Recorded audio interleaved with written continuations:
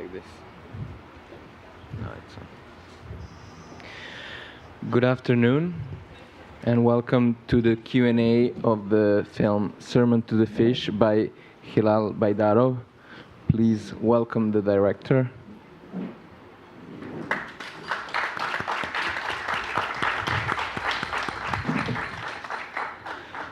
The film is playing in the international competition of the festival, and you said that this film, Sermon to the Fish, is the first part of a trilogy called The War Tales. Could you tell us a bit about this trilogy and this project, and how did it all start for you? Okay. First of all, thank you, all of you, to be here. I started this film 2 years ago. The world was a bit silent, not that full of war, just like now. I made another film, and I was so tired, and I really fed up everything, and I just wanted to go back to the cinema that I believe, cinema like a dream, cinema like magic, I don't know how to say. And I wanted to make a film just about the tales I heard when I was a kid. I am from the north part of Azerbaijan. Azerbaijan is close to Russia, and I witnessed 3 wars. All my generation, we witnessed 3 wars, and we heard too many tales when we were kid. And I didn't want to make a film about the war, but about the human nature, about the human tales. And I called it just like a war tale. I started to make one of them. Suddenly, story grows and develops, and I couldn't stop it. So I divided into 3 parts, and it is the first part. And I finished the second one nowadays. It's called Sermon to the Birds. Third one will be named Sermon to the Void. And yes, I want to say that when I went to this film, I cannot imagine that world become like this. I could never imagine. And we finished the film, then all the war started, and I started to think that, did I do this? I mean, is it my dream? Is it real? And unfortunately, I continue to make another films. Yes.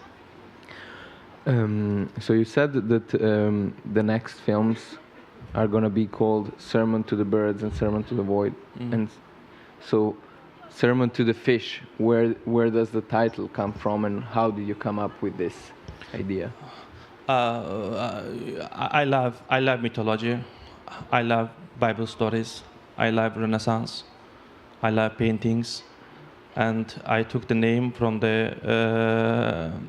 one of the work of the Paolo Veronese, Venetian painter, Renaissance time, high Renaissance time. And I don't know, the title changed 10,000 times. First title was The Fish on the Ground, second title was The Desert Fish, something like that, third, fifth. And I decided to follow the old masters. I didn't want to make something new, because if you try to do something new, probably it's wrong. Not probably, it is 100% wrong. You have to follow the old masters, and there is a chain that it connects you to 19th century to 17th and like that. And I tried to follow the good tradition of the art, real art. Yes, I took the name from the Renaissance paintings. Thank you. I remind you that we have a microphone available, so whenever you have a question, please feel free to raise your hand. Yeah, we have one question in the back. Thank you for your film. I just wanted to tell you it's interesting to see it in Switzerland here, where Socar is very present around, and that's where we get our petrol from. When you fill up your tank with your car, it's directly the Azerbaijan national company. So it's a special country to show a movie like that.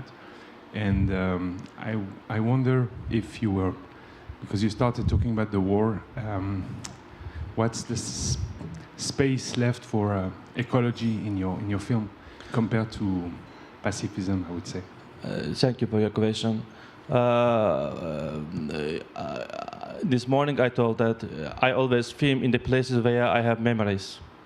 My father was a worker in petroleum field, in these petroleum platforms. And I spent days and days and days there. And these things, the petroleum things, they worked for 24 hours.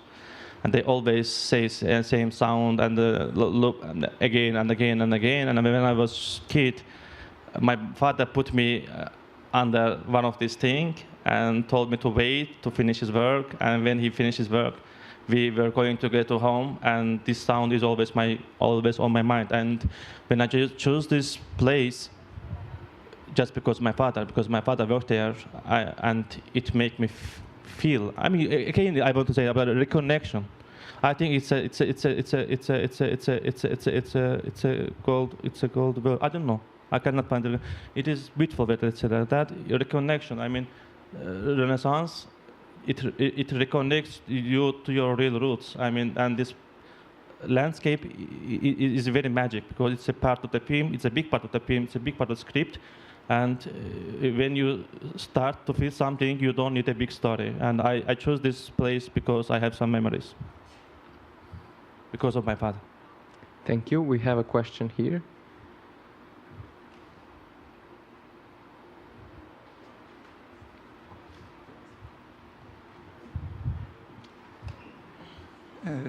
Thank you so much for this very impressive and scaring movie. I have two questions. I'm wondering about the meaning of speaking to the trees or listening to the trees and other living beings. Do you see, is that the way to answer, to look for the alternative to war, which would be the opposite of it? And the other question is, what's driving us in that direction the film ends? And at the end, the woman and the men are acting, and during the film also, differently. So men very active, closing, and maybe going ahead like he was doing always. But woman for me was his sister looking more on the searching for life. Thank you for your question. You already answered the question, and I have just one answer to your question. There is man and a woman, and a man want to live in the city, woman want to live in the nature, and both of them tries to find a life. He believes that the life is in the city, but the sister, she starts to talk with the nature. She starts to hear the tree, she starts to hear the road, the rocks, and the things that we never talk. And at the end, I didn't want to show that she burned herself, she commits suicide, it's the end, no, apocalypse. No, it is a very beautiful thing. She goes to the world that she knows. She goes to the world that they talk to her. They understand her, they feel her. And the boy just, her brother kills herself. It is suicide. It is the end. The brother is end because he believes in stone and he's stuck in the stone. It is the end, complete end. And the sister, it is a new life. It is not end. She burns herself. For us, yes, it is very desperate, but she transmits, I don't know, reconnects, again, same word, reconnects with another world that she tries to live in, and she finds this, she creates this world. Maybe it is the real world. I mean, I don't know. Because you know, just now what I remembered, Schopenhauer said that music is the sound of the world. It is not coming from the other world. It is the sound of this world, the real world. If you hear it, it is the music. The sound of the world is the music. And I totally believe that life is a magic. It's a dream, and some fancy, some not. Thank you. Thank you for such a beautiful film. And I think just after that point that you mentioned about music, I got a second kind of idea, which is I wonder to what extent there was a sort of influence of Tarkovsky. I mean, there was a kind of obviously a sense there. That was just I'm very interested in maybe your relationship to that. But my real question was one of the final scenes with where the sister, forgive me, I'm forgetting her name now, but she says I'm in the cave and she wants to be spoken to, yet she also speaks to nature. And she's also talking about the essence of being. And you mentioned your interest in religious imagery. I found that really, really interesting. And what jumped to my mind was Gnosticism and this kind of idea of that God or whatever our conception or some transcendence can be found through nature and can be found through, in her case, very literally speaking to the trees. I thought that was a really beautiful sense of imagery. And I would love to hear a little bit more about where that came from. Again, you answered your question. You said more than me, and you understand more than me. I mean, I learn from you. I mean, now really, because she wants to transcend that world, yes, to the world that she believes in. She wants to live in the soul. You can call any name. I mean, but she knew that there is no life. There is only life in this village. She doesn't want to leave. And she stayed there, and she always asks this Holy Spirit, I don't know how to say, unification, I don't know what is the universe, let's say, and to answer her voice because she wants to find the life, and she finds it. Thank you. There's Yep, thank you for the film. I have actually one question. I mean, I know it's about war and a more psychological point of view. My question is like, why do you choose this kind of sickness? I mean, what are you trying to say with this? I mean, it could also be in a world where nobody's living with anything, but why do you choose this kind of sickness that people are decomposing? I don't know. Really, because, again, I want to say, I was in the forest. I started to dream and dream and dream and dream. I remember some tales, yes, this is tale, this is not real. There is no specific region, there is no, and it may be everywhere. And it is, I just started to make this film because it inspired me. I mean, there is no any simple, certain reason. There is no. I just wanted to make a film. I don't know. Just thank you for your wonderful movie. And I saw in the final credits the name of Kairos Regadas. So how did he help you, or probably? He's my very dear friend. He's my master. He is one of the very, very, very, very few masters living today.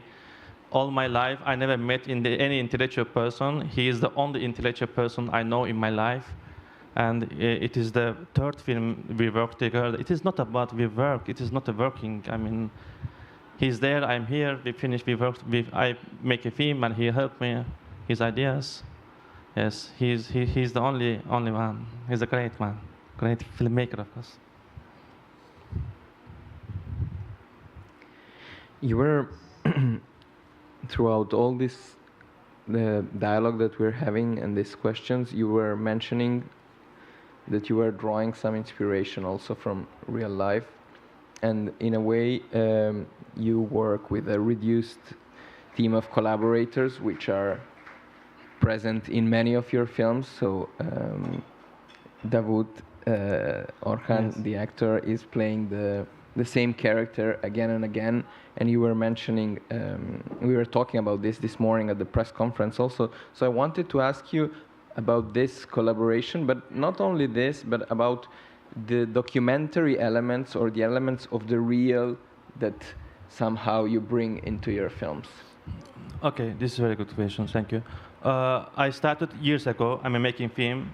I started alone. I put the camera there, and I stay in front of camera, and I film myself. I made 5 or 6 films like that. Just the camera there, I am here. Later, I understood that I cannot continue like that. I was living in the village, and I come to the city. Then I met this beautiful person, Orhan. I found myself in him. By the way, I didn't tell this morning. Davut is my pen name. I wrote poems when I was in the high school, and Davut is a name his mother wanted to give him, but she couldn't.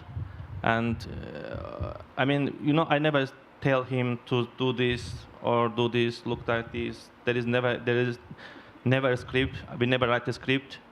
I think we are the same person. You know, every time I told him that one day I will stop and you will continue the same films. Not same films, much more better ones. And but you can delete my name and write Orhan Iskandari to director's name, and nothing will change for me because it is his film. Thank you. Also, then I would like to ask you about, I mean, to go on somehow with the same question, but asking you about your method of work, because you're yourself the director, you're the cinematographer, I think you're the editor also of the film. So somehow you do all these things, and it's also something that would remind maybe to the way how a documentary filmmaker works. You know, I believe in soul. I don't know which word I should choose, this soul or energy or something like that. When we 4 or 5 were together, I feel very good, and there was never any single sentence, and I opened the camera, I try to find the shots, and when I find something, I try to capture it, and I always work with the same people for the years, because we are become the same person. When new one comes to the set, I cannot work. I never allow anybody to enter to my filming set. I never allow anybody. That is why we never record the sound, the production sound, because I couldn't find any sound recordist that I can talk. I am a very difficult person to stay. You know, I enjoy, I love entertainment in real life. I love drinking, I love speaking, I love talking, I love laughing. We can drink for 10 hours, 15 hours. But in cinema, I am total opposite. I like the films that torture me, really. I like the films that totally difficult to watch. I like the films that almost unbearable. If you say that it is so boring, it's so difficult, it is very, very bad film, probably it's my film. Yes, and I really like the films that when I watch, I feel that, come on, it is so difficult. Why you do it so boring? 7 hours, I will enjoy it. I watched the Satan Tango by Baliqlara 3 times. It is 745 minutes, something like that. I finished it. I went to the toilet. I watched again. I went to the toilet, and I watched 3rd time. 24 hours. I watched like that. I don't know. I like the things that rape on my mind. I mean, rape on mind. I don't know how to say. I like difficult things. I like difficulties in filming. When everything was on its way, I always say to my friends that we are in the wrong way. I mean, we had to meet some problems. Problems should come over. Maybe it's a wrong tactic, but I love difficulties. Yes, unfortunately. And you were mentioning now the sound, that you don't record any sound on set. And how do you reconstruct this sound? How do you work with it? I don't like the sound of the real world. Because, for example, when I listen to you, I don't want to hear the water sound. I don't want to hear any other sound. I want to hear only you. And in the real world, in live recording, you don't have this chance. For example, in the desert, half desert, it is not a desert. Just in 10 minutes, there's a highway. And when we film, there's always car passing, train passing, people are there, sheep are there, animals are there. It is so noisy, very, very noisy. You cannot find any single place that brother and sister there, and it is desert, and she talks with the road, she talks with the trees, she talks with the rocks. No, there is no in the world like that. I created it, sorry me. I don't want to be egoist, but I created it. There is not any place in Azerbaijan, if you go there, you cannot find any single place like that. It's impossible. Even the sounds are not real. The music, we compose it. I even interfered the music. You know, my friend is composer. He composed. He sent it to me. I said, no, please change it. Si bemol. I mean, change everything, change like that. And while editing, I put it on the film, and I started to change everything. The ambiances, we created them. The dog sound, it is not real. We created it. I mean, all this fire, all these places, the rain. There is no rain. In this place, there is no rain. We created it. And all the ADRs, all the dialogues, for example, they are all lie. I mean, half of them was not real because they didn't talk. When they turn, I put a sentence there because I want to hear the sentence. When we see her back, I put the dialogue. For example, the scenes, her hand, there is nothing. She didn't say anything. I just tried to compose. I mean, it is a beautiful but compose. I tried to do everything in the editing. I found the sound. I listened 1,000 times, 1,000 different birds. I found the birds. I found the cars. I found the trees. I found any insects. Maybe you hear, maybe you don't know. I don't know. They're very small insects. I listened. I mean, 10,000 symphonies, piano concertos to open my ear. I found all these sounds. I found these sentences. I looked very carefully. Okay, now he's on the left. We will not see his mouth, so I can put this sentence there. I put the distance. Everything there is fiction, and it's a fiction film. It's not a documentary film. That's why it's a fiction film. We created it. And you were also mentioning when talking about sound previously, when we had the conversation this morning, about this idea that sound creates the depth, that it's not the image that has depth. Could you also talk about that, please? Again, I have to mention Robert Bresson, the eternal master of the cinema. I watched the Mouchette just once, and I didn't finish it. It is 60 minutes, something like film. I stopped in 55, 57, and I never watched this girl. I mean, this committing suicide. I watched on the YouTube. I didn't watch on the film. I didn't finish the film. I just watched only once. I didn't finish it. But when I stopped this film, I said that this is a film that I call cinema. I can never forget it. And I downloaded the sound, not the image. I put it on my phone, and every day I listen it. When I walk, for example, this place, I listen to Mouchette doing this, Mouchette, and I don't know French. I don't understand what she says. But I know that now this is the thing that Bresson wants to give us. Now she will commit suicide. Once I remember that once I was in the subway, in the metro, I was so bad there because I understood that she's committing suicide at the end. And image has no depth, believe me. I know the image are very good there. I know the painting very well, unfortunately. But the depth there is about the sound in the cinema, not in painting. I understand, but in cinema, the depth of the image is sound, and depth of the sound is image. Okay, this morning I forgot to say the other part. I want to add the depth of the image. It is sound. If the sound is good, not good, maybe good is not the correct word, is inspirational, your image become very deep. And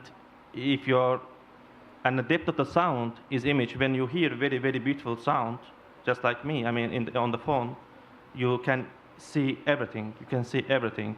They are like, I don't know, they are like that.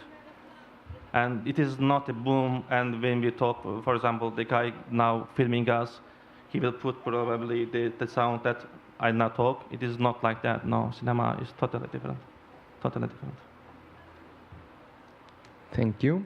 Do we have some more questions?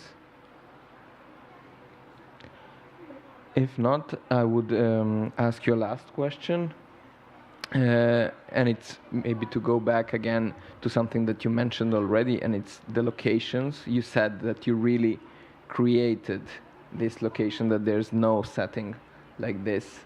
But do you, when you think about your projects, and you said you dream things, do you also get inspired by places, by physical locations?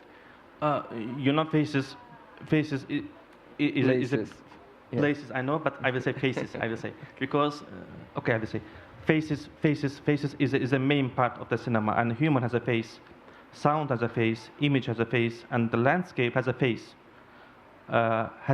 And my friend, he's here, Eshan. We walk days and days and days and days to find the places, because it's a big part of my filmmaking. I cannot shoot everywhere. It's impossible. It is not about the beauty. It is not about the right place. I don't know. When you see some landscape, the Barbizon school, the French, the painters, when you see sometimes, I mean, this tree and this petroleum field and dead fish there, I mean, the deserts, sometimes, I don't know. The landscape is a big part of my filmmaking, and I always try to find the places that inspire me. Then I call my friends to stay somewhere. Then I shoot it. Then I write the dialogue there, and then they say it. And when I edit, sometimes I add sentences, sometimes I take the sentences. It also happens because we use here also. Sometimes maybe, I don't know if you realize or not, the mouth is moving, but you don't hear anything because I didn't like the sentences there. I just take it out. Yes, a landscape. Nature. I want to repeat one more thing. Nature is a very magical world, because we called about the human nature, inner nature, outer nature. I believe that they are the same thing. Look at the Mona Lisa. I mean, when you see the woman and you see some nature, the long roads, the bridge, and everything behind her, I think it is not for in vain. I mean, there is a relation between the inner nature and outer nature. It is her. I mean, when you see the character, landscape is his world, and nature. I think when you find the balance, not to find balance, the bridge, the connection again, I would say, the inner nature and outer nature, now cinematography starts to appear. Because cinematography is not a good frame, it's a photography, and cinema has not any relation with the photography. Good or bad, cinema has no any relation with the photography. It is a cinematography, and cinematography is a human face. And it only appears when you reconnect the inner nature, outer nature, landscape, I don't know what to say, then cinematography appears. And cinematography is not a thing you can see in a second. It may appear after 10 minutes, and it may disappear in 2 seconds. Okay, it's another topic. Thank you, Hilal. Thank you. Thank you. So, please, if you liked Sermon to the Fish, spread the word. The film is playing again the next days at the festival. And thank you once again, Hilal, for this beautiful film and for being in Locarno. Thank you. Thank you.